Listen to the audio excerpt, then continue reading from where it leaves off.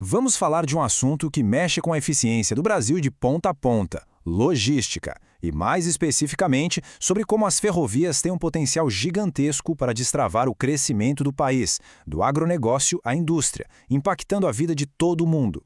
Bom, para começar, a gente precisa responder uma pergunta que afeta o nosso bolso e a competitividade do país.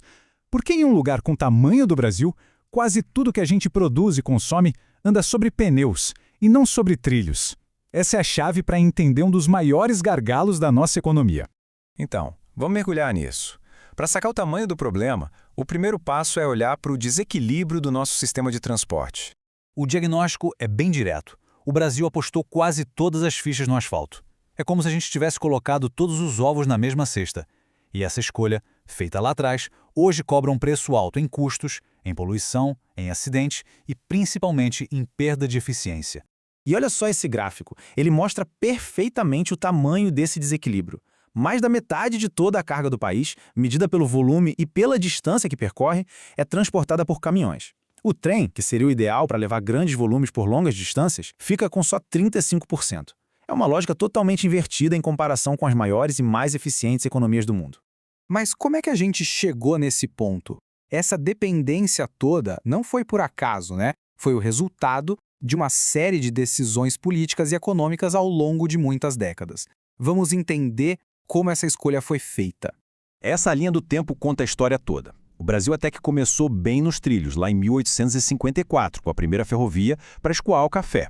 No final do século XIX, a expansão estava a todo vapor. Só que, a partir dos anos 20, o foco começou a mudar. E nos anos 50, a estrada virou a grande protagonista. E essa frase aqui, ela praticamente resume tudo. Governar é abrir estradas. Esse era o lema do presidente Washington Luiz, uma frase que carimbou o início do fim da prioridade para os trens e deu início a uma mentalidade totalmente focada no asfalto. E aí, para fechar a conta, veio Juscelino Kubitschek com aquele plano ambicioso de 50 anos em 5, a pressa para industrializar o Brasil, junto com a chegada da indústria de automóveis, selou o destino. Fazer estrada era muito mais rápido, dava um resultado político mais visível, parecia o caminho mais curto para o progresso. O planejamento de longo prazo que as ferrovias pedem ficou para trás. Certo, já entendemos o problema e como ele nasceu. Agora, vamos para a parte boa. Olhar os dados que mostram por que a solução para ter uma logística eficiente de verdade está literalmente sobre os trilhos. Vamos começar com um número de impacto: 368. Guarda bem esse número. Essa é a quantidade de caminhões que um único trem de carga consegue tirar das estradas. Um trem só. Dá para imaginar o efeito disso no trânsito, na segurança e na conservação das rodovias?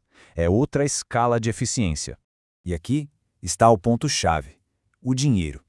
Em média, levar 1 tonelada de carga por trem custa 3,6 vezes menos do que por caminhão.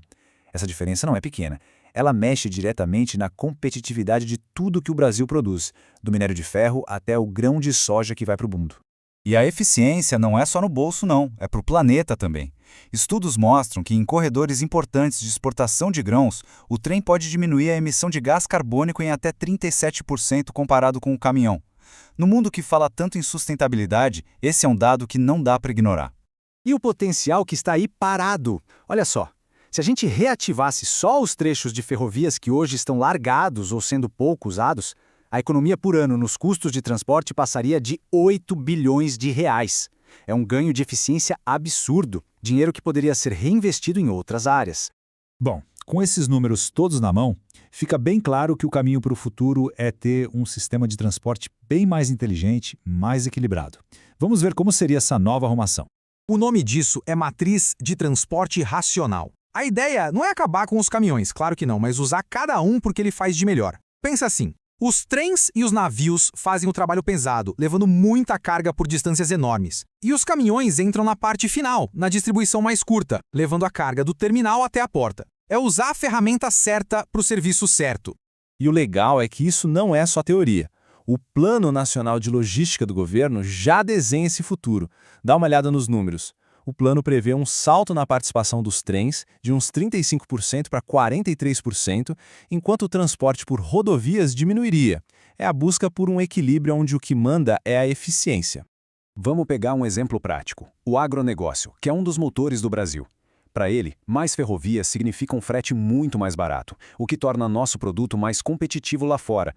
Significa também conseguir ligar áreas de produção novas direto com os portos, com mais segurança e perdendo menos carga no caminho. E esse mesmo ganho se repete na indústria, na mineração, em toda a economia. A boa notícia é que essa transformação toda não está só no papel, ela já começou. Existem medidas bem concretas sendo tomadas para tirar esse futuro do campo das ideias e colocar de fato nos trilhos. E a peça principal dessa virada de jogo é o novo Marco Legal das Ferrovias. É uma lei que veio para modernizar as regras do jogo, com um objetivo bem claro: tirar da frente as barreiras que impediram o crescimento dos trens por tanto tempo. E como é que ele faz isso? Basicamente, simplificando as coisas. O marco quer atrair dinheiro da iniciativa privada, diminuindo a burocracia e criando um modelo de autorização que é bem mais ágil que as antigas concessões. A ideia é facilitar a vida de quem quer construir novos trechos e modernizar a malha que já existe. E o investimento público também está vindo forte. O novo PAC, o Programa de Aceleração do Crescimento, prevê mais de 94 bilhões de reais para projetos de ferrovias até 2026. É um sinal bem claro de que os trens voltaram a ser uma prioridade estratégica para o país. Então, para a gente fechar, fica uma reflexão. Nós vimos a história, o problema, os números e as soluções que estão na mesa. A grande questão é: se o Brasil conseguir mesmo construir esse sistema de transportes mais inteligente, mais racional, onde cada peça funciona no seu melhor, qual é o verdadeiro potencial de crescimento do país? Não só na economia, mas em qualidade de vida, em sustentabilidade. Essa é a jornada que finalmente parece estar começando.